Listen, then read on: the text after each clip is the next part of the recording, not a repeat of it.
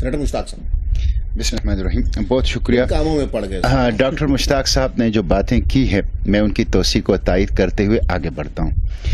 دیکھیں، اس کی بنیاد اس پہ انہوں نے رکھی ہے کہ صنف کا تعین پرائیویٹ میٹر ہے، جبکہ اسلام میں یہ پرائیویٹ میٹر نہیں ہے، اس لیے کہ اس کا تعلق نکاح اور شادی کے ادارے سے ہے، اس کا تعلق ہمارے قانونی وراثت جو کہ قرآن لا ہے اس سے ہے، اور اس کا تعلق ہمارا جو اقدار ہے، روایات ہے، شرم و حیا کا نظام ہے اس سے ہے.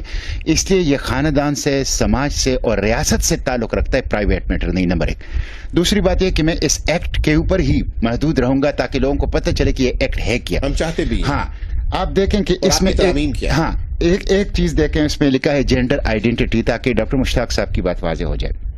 جینڈر آئیڈینٹی کیا ہے؟ اب یہ سن لیجئے. Gender identity means a person inner most and individual sense of self as a male, female or a blend of both or neither that can correspond or not to the sex assigned at the birth.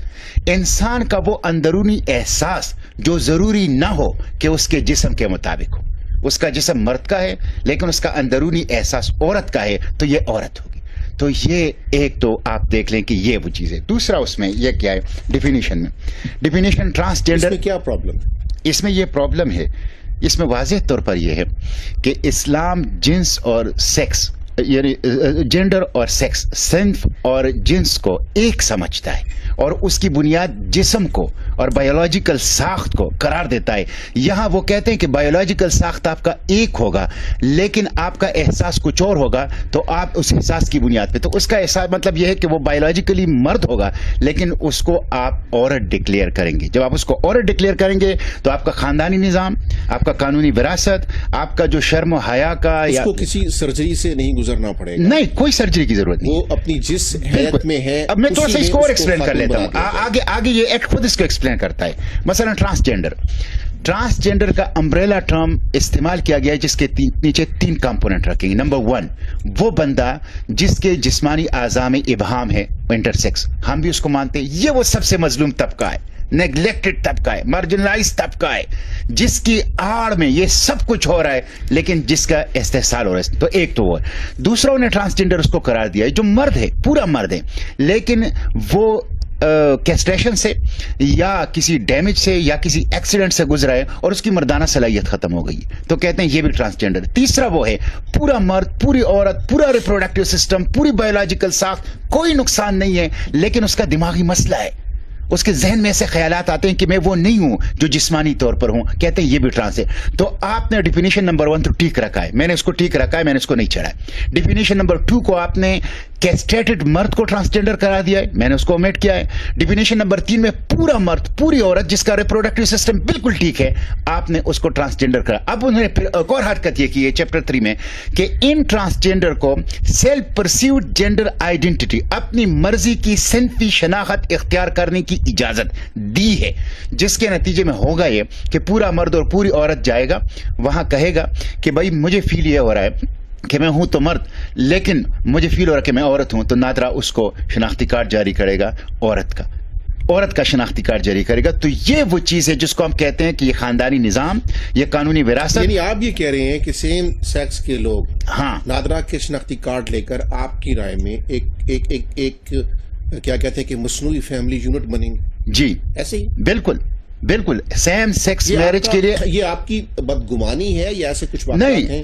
نہیں، دیکھیں واقعات تو میں نے جب سوال پوچھا ہے تو نادرا نے ایک اس کا جواب دیا ہے کہ 28,000 لوگوں نے جنس کی تبدیلی کے لیے اپلائی کیا ہے، جس میں 2 درجن صرف ٹرانسجینڈر ہے اور باقی پوری میل اور فیمیل کیٹیگری ہے.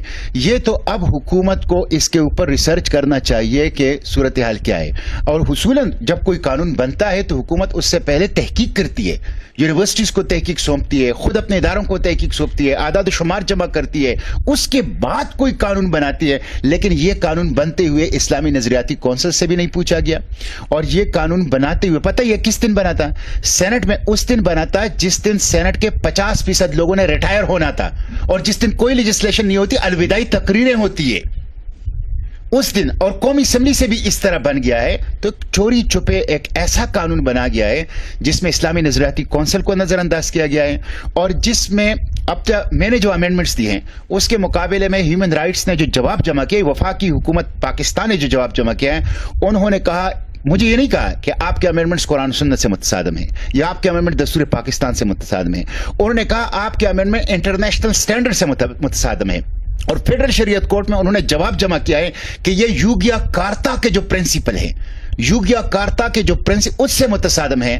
اب یوگیا کارتا کے پرنسپل ڈاکٹر مشتاق صاحب وضاحت کریں گے، وہ مکمل طور پر قرآن و سنت کے خلاف ہیں، جس میں کھل کر کہا گیا ہے کہ آپ نے LGBTQ کو پروٹیکٹ کرنا ہے، ان کی رائٹ کو محفوظ کرنا ہے، آپ نے سیکس ورکر کو کرمنلائز نہیں کرنا ہے، آپ نے ان کی رائٹس کا تحفظ کرنا ہے۔ وہ مکمل طور پر خاندانی نظام، شرم و حیا کے نظام، مسلم عورت کی جو ماڈسٹی اور ڈگنیٹی اس کے اوپر ضرب ہے۔ تو جب وہ خود کہتی ہے کہ ہم نے یوگیا کارتا کے پرنسپل کے تحت یہ کام کیا ہے تو خود پتہ چلتا ہے اس کا۔ لیکن حکومت اس کی پابند ہے یا اپنے کانسٹیٹیوشن کی پابند؟ یہی تو مسئلہ ہے کہ آپ کے پارلیمنٹ کے اوپر کلمت یہ بات پیشانی پر لکھا ہوا ہے، آپ کے کانسٹیٹیوشن میں article 1، article 2، article 2A، article 31، 37، 38، 41، 45، 227، 228 supreme law Quran و سنت کرا دیا ہے۔ آپ نے اسلامی نظریاتی کونسل بنائے کہ ان سے میں سینیٹر صاحب یہ سوچ رہا تھا کہ جس طرح کچھ مخصوص گھرانوں کی خواتین کو، غیر منتخب خواتین کو پارلیمان میں چور راستے سے لے جا کر بٹھا دیا گیا اور کہا گیا کہ یہ منتخب MNAs، کیا ہی بہتر ہوتا کہ 2-4 ٹرانسجینڈرز بھی بٹھا دیے جاتے، وہ اپنے حقوق کی بات اسمبلی میں کرتے، وہ آپ سے بات کرتے، آپ ان سے بات کرتے، کہ ان کی بات تو سامنے آئے نا کم از کم۔ خواتین بھی تو چور راستے سے بٹھائی گئی ہیں نا، وہ کون سا جیت کر آئی ہیں۔ اور ویسے میں اس طرح اور بھی بہت سے لوگوں کو آنا چاہیے، ہم تو کہتے ہیں اسٹوڈنٹس کو بھی بھیجیں، ڈاکٹرس کو بھی بھیجیں، ہر ایک طبقہ اپنی نمائندگی کرے، یہ جو اشرافیہ کی خواتین و حضرات ویسے میں بٹھا دی گئی ہیں۔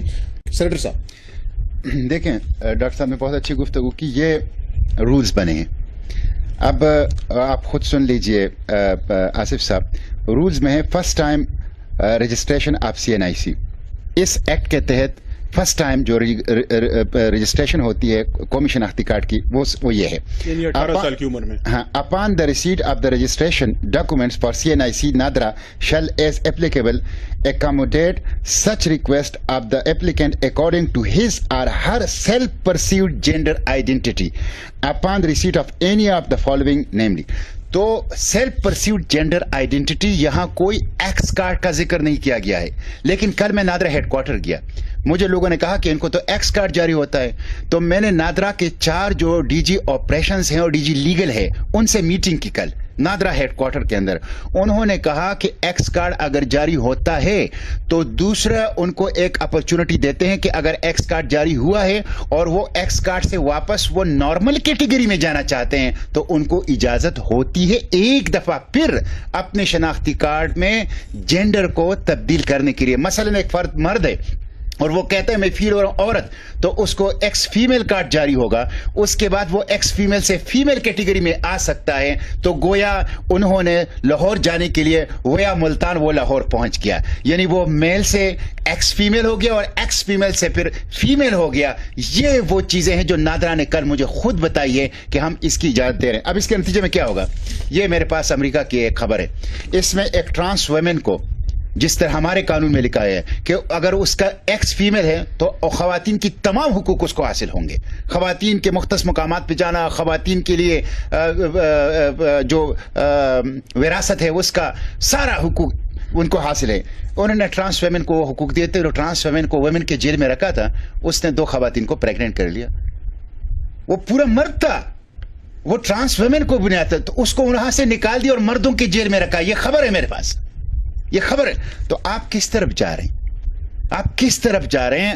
اس کے نتیجے میں جس طرح ڈاکٹر صاحب نے کہا ہے 2 چیزوں کا بہت بڑا نقصان ہوا ہے اس ایکٹ کے نتیجے میں۔ ایک ہوا ہے ان حقیقی خنثی کا جس کو انٹرسیکس کہا جاتا ہے، وہ بیچارے مظلوم ہیں، وہ بیچارے نیگلیکٹڈ ہیں، ان کی طرف ابھی تک کسی کی توجہ نہیں۔ اور دوسرا اسلام کا دین اسلام کا مظلوم ہیں، اور اگر وہ بیچارے نیگلیکٹڈ ہیں، جہاں پہ میری سوئی اٹکی ہوئی تھی، یعنی جب تک یہ چیزیں کچھ اتنی واضح نہیں تھیں، تو کبھی سینیٹر مشتاق صاحب نے ان کے لیے تو آواز نہیں اٹھائی، کبھی مولانا فضل الرحمان صاحب نے ان کے لیے تو آواز نہیں اٹھائی۔ یہ اچھا ہے کہ یہ اس بل میں فحاشی اور خاندانی نظام متاثر ہوتا نظر آیا تو آپ نے آواز اٹھائی، بہت اچھا کیا۔ لیکن جب خواجہ سراؤں کے حقوق پامال ہو رہے تھے اس ملک کے اندر تو اس وقت اہل مذہب نے آواز نہیں اٹھائی۔ دیکھیں اس غفلت کو تو ماننا چاہیے۔ آصف صاحب، کمزوری ہوئی ہوگی کمزوری رہی ہوگی. خود میں نے 5 سال سینٹ کے اندر ہوئے ہیں, آپ ریکارڈ دیکھ لیں تو میں نے سب سے زیادہ بچوں کا, خواتین کا, غیرت کے نام پہ قتل کا, تیزاب گردی کا, سورا اور کاروکاری کا سب سے زیادہ میں نے ہمیشہ سے یہ اٹھایا کہ 1 کروڑ 20 لاکھ خواتینوں کو آپ نے ابھی تک شناختی کارڈ جاری نہیں کیا, ووٹر لسٹ میں ان کا اندراج نہیں ہے, تعلیم اور صحت تک ان کی سہولیات نہیں ہے. تو یہ حکمرانوں کی نااہلی ہے. یہ بات ٹھیک ہے کہ ہم نے آواز میں کمی کی ہوگی, لیکن میں آپ کو بتاؤں کہ الخدمت فاؤنڈیشن کے توسط سے تو میں بہت پہلے, جب میں نے ابھی اس وقت پہ کام بھی نہیں شروع کیا ہے, ہم انٹرسیکس کی فلاح و بہبود اور ویلفیئر کے لیے کام کر رہے ہیں, اور خود ہم ایک ایسے ادارے کے لیے کوشش کر رہے ہیں اب کہ جس میں ان کو ہنر سکھا سکیں اور ان کو اپنے پاؤں پہ کھڑا کر سکیں, اور یہ بھیک نہ مانگے اور معاشرے کے اندر اور خاندان کے اندر ان کے لیے ایکسیپٹیبلٹی پیدا کر سکیں, ان کی عزت اور تکریم کو ہم پروٹیکٹ کر سکیں. تو ہم تو بہت طویل عرصے سے الخدمت کے بینر تلے اس کے لیے کام کر رہے ہیں اور اب اس ادارے کی طرف بھی جا رہے ہیں. لیکن آپ کی بات سے مجھے اتفاق ہے کہ جس انداز سے اہل اسلام کو, دینی طبقے کو اور تمام لوگوں کو جو بشری حقوق ہے ان کو یہ بات اٹھانی چاہیے تھی, نہیں اٹھائی گئی. جن لوگوں نے اٹھائی وہ بھی ان کے لیے نہیں اٹھائی, وہ ان کے آڑ میں کچھ اور مقاصد کے لیے اٹھائی. وہ سینیٹر صاحب نے جب ٹویٹ کی تھی نا باہر سے کہ میں واپس محاذ پر جا رہا ہوں, تو میرا پہلا ریئیکشن بھی یہ تھا کہ سینیٹر صاحب کتنے بڑے کام کرنے والے ہیں اور یہ اب آگے خواجہ سلام کے خلاف محاذ پہ کھڑے ہونے والے. لیکن وہ تو الماس بوبی کی رائے سے پتا چلا کہ یہ تو, اور اب چیزیں واضح ہوئی کہ یہ تو کھیل ہی بالکل ہو رہا ہے. تو آپ, میرا خیال ہے کہ محاذ پر ہی ہیں. ہاں محاذ پر ہی ہوں. اور میں سمجھتا ہوں کہ ابھی کل جو 2 وفاقی وزراء نے پریس کانفرنس کی ہے کہ اب وے آؤٹ کیا ہے, ایک بہت ہیٹنگ ڈیبیٹ ہے, تو انہوں نے پریس کانفرنس کی ہے اور تسلیم کیا ہے. پیپلز پارٹی نے خود, آپ نے ایک سینیٹر کو سابقہ کو بلایا تھا لیکن بدقسمتی سے وہ آئے نہیں, کہ انہوں نے بھی یہ میڈیکل بورڈ تجویز کیا تھا اس وقت بھی جب یہ بند رہا تھا, لیکن بعد میں اتفاق رائے اس پہ ہوا کہ میڈیکل بورڈ نہیں ہونا چاہیے, اور وہ کہتے ہیں کہ میڈیکل بورڈ ہونا چاہیے. انہوں نے بھی تسلیم کیا کہ اس میں لیکونا ہے, اس میں لوپ ہولز ہیں جس کی اصلاح ہونی چاہیے. اب یہ ہے کہ حکومت فوری طور پر اگر اس کا اصلاح کرنا چاہے تو آرٹیکل 89 کے تحت آرڈیننس جاری کرے, فوری طور پر آرڈیننس جاری کریں. اس آرڈیننس میں 2 چیزوں کا خیال رکھیں, اسلامی نظریاتی کونسل اور جید علماء کرام کو آن بورڈ کر کے ایک انٹرسیکس کے حقوق کی پروٹیکشن ہر صورت میں ہونی چاہیے, ان کو نقصان نہیں پہنچنا چاہیے, ان کا تحفظ ہونا چاہیے, ان کے لیے ایکسیپٹیبلٹی ہونی چاہیے. اور دوسرا, خلاف اسلام اور خلاف قرآن سنت جو اس کے دفعات ہیں اور پہلو ہیں اس کو کالعدم کر لیں. یہ فوری طور پر اگر یہ حکومت کر لے, سمجھتا ہوں کہ میں بھی ان کے زندہ باد کا نعرہ لگاؤں گا, میں بھی ان کی تائید کروں گا, اور یہ اس پورے قوم کے اوپر بھی احسان ہوگا, انٹرسیکس کمیونٹی کے اوپر بھی احسان ہوگا. تو اب ہمیں کم از کم اس پوری ڈیبیٹ کو, جس کا حکومت نے خود تسلیم کیا ہے, ان کو پریشر ریلیز کرنے کے لیے یہ پریس کانفرنس نہیں کرنا چاہیے. صرف یہ بات نہیں کرنی چاہیے کہ واقعی اس میں کمزوریاں ہیں, بلکہ اگر وہ سینسیئر ہیں تو ان کو اقدام اب کرنا چاہیے. اور حل کیا ہے اس کا؟ جی, صدارتی آرڈیننس کے علاوہ کیا؟ صدارتی آرڈیننس کے علاوہ, صدارتی آرڈیننس کے علاوہ دوسرا حل یہ ہے کہ میرے جو امینڈمنٹس ہے اس کو ایکسپیڈائٹ کیا جائے اور اسے 1 ہفتے 2 ہفتوں کے اندر دونوں ایوانوں سے گزار کے اس کو, تو اس کے نتیجے میں 80-90% جو مسئلہ ہے اس ایکٹ کا, وہ پھر بھی کچھ نہ کچھ رہے گا, لیکن وہ مسئلہ پارلیمنٹ سے باہر اس کا اور کیا حل ہے؟ پارلیمنٹ سے باہر تو حل نہیں ہے. پارلیمان کے پاس تو بات لٹکانے کے بڑے بہانے. دیکھیں, اگر آپ پارلیمنٹ سے باہر فیڈرل شریعت کورٹ کی بات کرتے ہیں تو سپریم کورٹ سے مجھے زیادہ توقع نہیں ہے. میں فرینکلی اسپیکنگ, فیڈرل شریعت کورٹ جو ہیں وہاں پہ یہ ابھی غیر معین مدت کے لیے ملتوی ہوا ہے, اس کی دوسری سماعت. پھر یہ ہے کہ اس کے خلاف اپیل پہ بھی لوگ جا سکتے ہیں, تو وہ مرحلہ ذرا بڑا ہے. جو اصل فورم ہے لیجسلیشن کا وہ پارلیمنٹ ہے, اور جو اصل فورم ہے اس کو استعمال میں آنا چاہیے. سینیٹر صاحب, مذہبی جماعتوں کا کوئی متفقہ لاحِ عمل کا امکان بھی ہے اس معاملے پہ؟ تو میں تمام مذہبی جماعتوں کا, خواہ وہ سیاسی ہیں, غیر سیاسی ہیں, شخصیات ہیں, ادارے ہیں, بہت مشکور ہوں کہ انہوں نے مکمل طور پر یک آواز ہو کے اس میں ہمارا ساتھ دیا ہے, اور اس بل کے خلاف ساتھ تو دیا ہے. اب وہ کسی عملی لاحِ عمل میں بدل سکتا ہے. میں ڈاکٹر مشتاق صاحب کے اس بات سے اتفاق کرتا ہوں, اور کل میں نے علماء کی کنونشن میں یہ بات کہی ہے کہ کب ہم دفاع کریں گے, ہمیں ریئیکٹیو کے بجائے پرو ایکٹیولی نفاذی اسلام جو دستور کا تقاضا ہے اس کے لیے آگے بڑھنا چاہیے. تو مجھے تو نظر آ رہا ہے کہ کچھ امکان ہے اس میں.